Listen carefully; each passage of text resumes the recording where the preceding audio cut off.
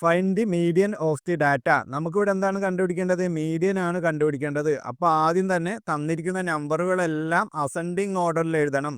അപ്പോൾ ഫസ്റ്റത്തെ നമ്പർ 11 ആണ് വരുന്നത്. 11 കഴിഞ്ഞിട്ട് പിന്നെ എന്താണ് വരുന്നത്? 15. 15 കഴിഞ്ഞിട്ട് 16. 16 കഴിഞ്ഞിട്ട് എന്താണ്? 17 ഉണ്ട്. 17 കഴിഞ്ഞിട്ട് 18. 18 കഴിഞ്ഞിട്ട് അടുത്തത് 22 അല്ലേ വരുന്നത്? 22. 22 കഴിഞ്ഞിട്ട് 33. 33 കഴിഞ്ഞിട്ട് 51. 51 കഴിഞ്ഞിട്ടോ 71ഉം 75 അല്ലേ ലാസ്റ്റുള്ള. അപ്പോൾ അടുത്ത സ്റ്റെപ്പ് നമ്മൾ എന്താണ് ചെയ്യേണ്ടത്? ഇവിടെ തന്നിരിക്കുന്ന ഒബ്സർവേഷൻസ് എത്ര ഉണ്ടെന്ന് നോക്കണം. എത്ര ഒബ്സർവേഷൻ ആണ് ഇവിടെ ഉള്ളത്? 10 ഒബ്സർവേഷൻസ് ഉണ്ട്. 10 നമ്പറുകളാണ് ഉള്ളത്. അപ്പം നമ്മൾ എന്ത് ചെയ്യണം? 10 ഒരു ഇവൻ നമ്പർ ആണ്. അപ്പം മീഡിയൻ എങ്ങനെ കണ്ടുപിടിക്കാം? Median is equal to